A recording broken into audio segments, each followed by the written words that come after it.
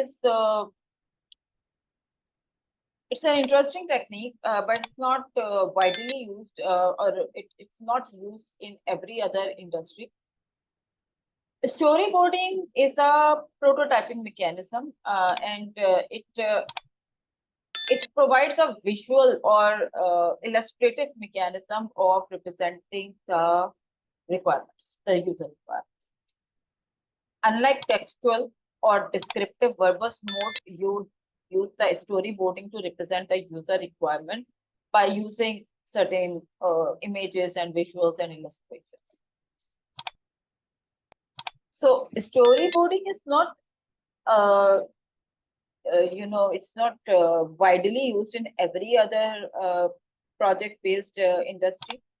It's really applicable to the media agency, ad agency, and maybe social media as well, showbiz industry, and like any kind of media industry, they would really want to represent their user requirements via story.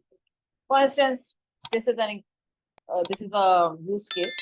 As a mobile banking user, I want to view my last 10 transactions so that I can verify that the transactions are correct. If you will want to represent it in a storyboarding manner, how it can be illustrated. For instance, there is a user, like however you represent a user, then this user is going to the system, and so with the computer system. Of course, you are going to show the portal open on the system. Then there should be like some place where this button is needed. On the click of it, you are going to get a pop-up where these 10 transactions are going to be represented. Then there's going to be a cross button on the click of it. This pop-up is going to be closed and it's going to take you back to the dashboard. And once this is correctly done, then the user is going to be, for instance, a happy user. So this is an illustration, right? This illustration should be good enough to understand that what you are trying to represent from a user perspective. So there are many industries where only storyboarding is a kind of prototyping mechanism, and no really textual and detailed documents are created.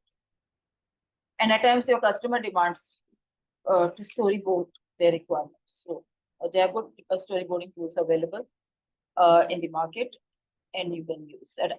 I mean, this is a requirement. This is more of a requirement representation technique and less of a requirement gathering technique.